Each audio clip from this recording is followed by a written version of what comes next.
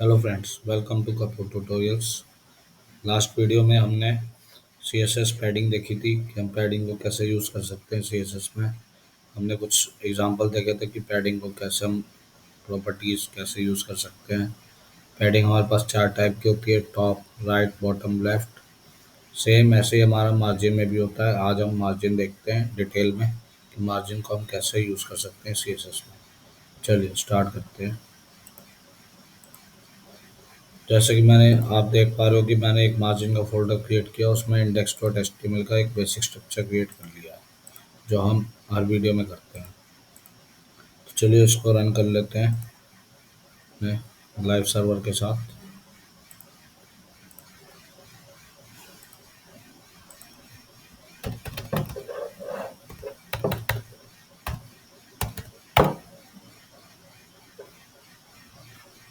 जैसे आप देख पा रहे हो कि हमारा सीएसएस मार्जिन आ गया।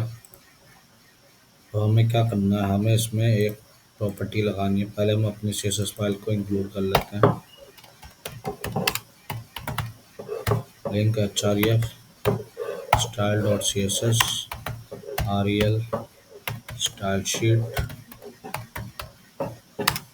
Type text slash C S S. हमारी सी एस एस लिंक हो गई। इसको हम चेक कर लेते हैं कि हमारी सी एस एस लिंक हुई है कि नहीं हुई। इसके लिए हम पहले मार्जिन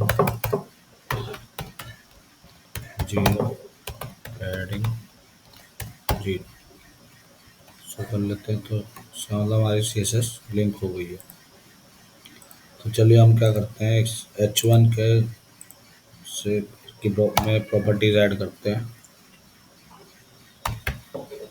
H1 में मैंने सपोज बैकग्राउंड डाला रेड, ठीक है। कलर हमने कर दिया वाइट। अब देखिए अब क्या हो रहा है कि हमारे जो सी एस एस मार्जिन है वो एकदम से चिपका हुआ है।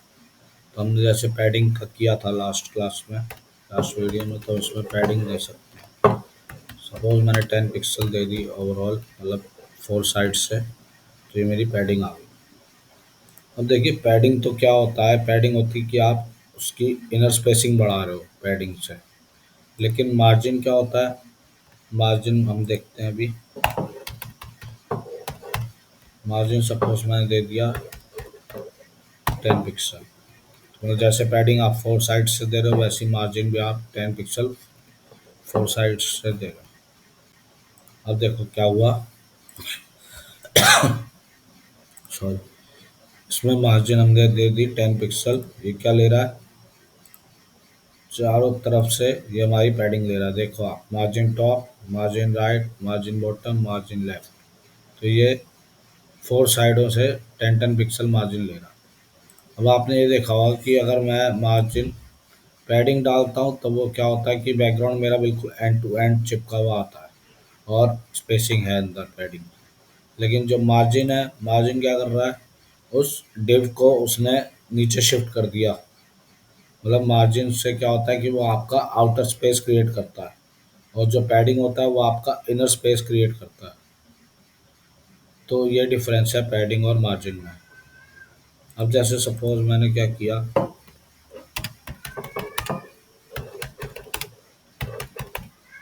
अब ये मैंने ऐसे मार्जिन दे दी।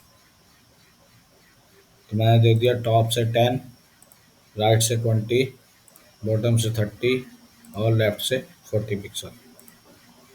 तो ये आ गया मेरा मार्जिन।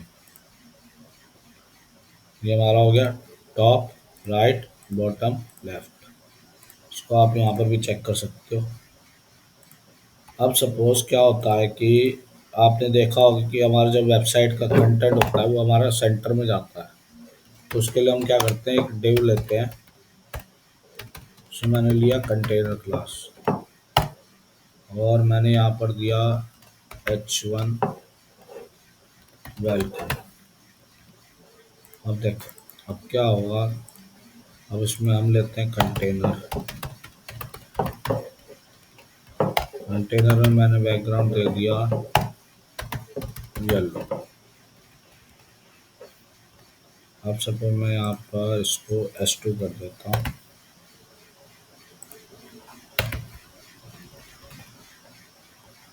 ठीक है, और अभी H1 को मैं कमेंट कर देता हूँ।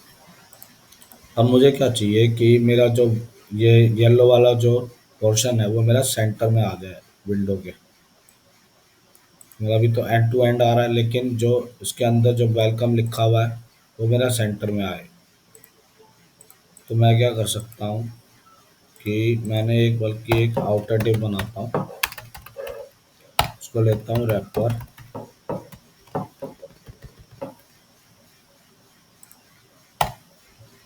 उसके अंदर हमने बनाई कंटेनर डिव, कंटेनर के अंदर H2 है। अब ये जो मेरा ये है बैकग्राउंड, ये मैं कंटेनर में न लेके रैपर में ले लेता हूँ।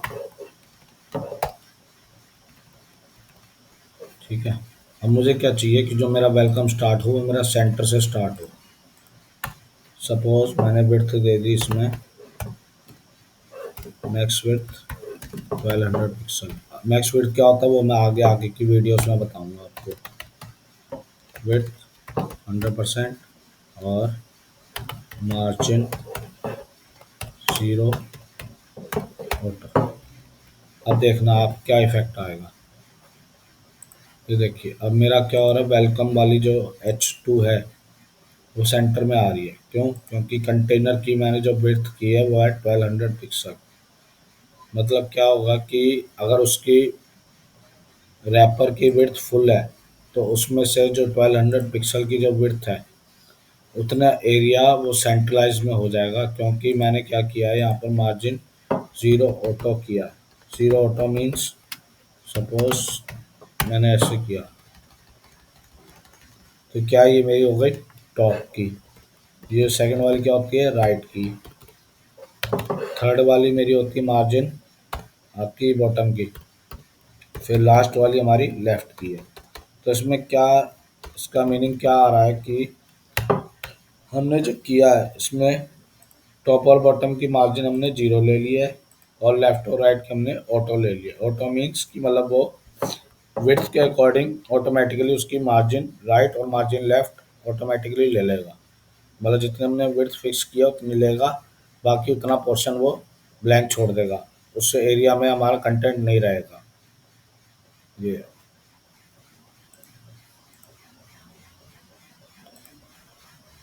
अब सपोज मैं जैसे इसको ऑटो ना करके अगर मैं करता हूँ इसको 20 पिक्सल, तो मतलब क्या हुआ, लेफ्ट और राइट से 20 पिक्सल मार्जिन मिल गया उसको और टॉप और बॉटम से 0। ये देखो अब, लेकिन ये हमारा सेंट्रलाइज नहीं हुआ। सेंट्रलाइज हमारा तब होता है जब इसको हम ऑटो लेते हैं। अब देखो मैंने क्या किया, मैंने टॉप और बॉटम की भी नहीं ली क्योंकि मेरे को नहीं चाहिए, वो 0 ही थी तो उसकी तो कोई मीनिंग ही नहीं है। इसलिए मैंने ऑटो कर दिया कि मतलब 1200 पिक्सल में हमारा कंटेंट सेंट्रलाइज चला जाएगा मार्जिन ऑटो में। ठीक है,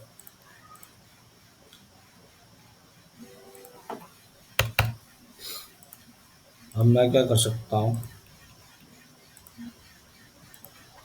ऐसे ही मैंने एक और H3 बना दिया। Hello, today we are learning CSS margin. अब देखो उसको ऑटो करने से क्या हुआ कि हमारा कंटेंट बिल्कुल उसके नीचे से ही चल रहा है। हमारा मतलब ना लेफ्ट में जा रहा है ना मतलब कहीं और, उसकी अलाइनमेंट नहीं बिगड़ रही क्योंकि हमने एक कंटेनर हमने डिफाइन कर दिया है कि वो उसी कंटेनर में उसी विड्थ के अंदर चलेगा। अब सपोज मैं क्या करता हूँ, एक और डिव बनाता हूँ उसमें। मैंने कर दिया इसको अबाउट। इसके अंदर मैंने सेम यही डिव ले ली कंटेनर की और यहाँ डाल दी मैंने। क्या हो रहा है, सेम भाई सेम वही अलाइनमेंट चल रही है। क्योंकि थ्रू आउट क्या होता है कि हमारी वेबसाइट का अलाइनमेंट सेम रहता है, इसलिए हम एक ही क्लास लेते हैं कंटेनर की, या आप कोई और नेम भी ले सकते हो। उसमें हम बस आपको क्या करना होता है, एक विड्थ स्पेसिफाई करनी होती है और फिर मार्जिन ऑटो, जिसकी हेल्प से हमारा कंटेंट सेंट्रलाइज हो जाता है। तो ये था हमारे पास आज मार्जिन का, जो हमने समझा कि मार्जिन हमारे पास कितने टाइप की होती है और हम अपने कंटेंट को कैसे सेंट्रलाइज कर सकते हैं। तो ये हमारा मार्जिन की हेल्प से होता है। अगर आपको कुछ भी डाउट हो मार्जिन से रिलेटेड तो आप मुझे कमेंट में अपने डाउट शेयर कर सकते हैं। ये वीडियो उम्मीद है आपको पसंद आई होगी। लाइक कीजिए, सब्सक्राइब कीजिए एंड शेयर कीजिए। Thank you.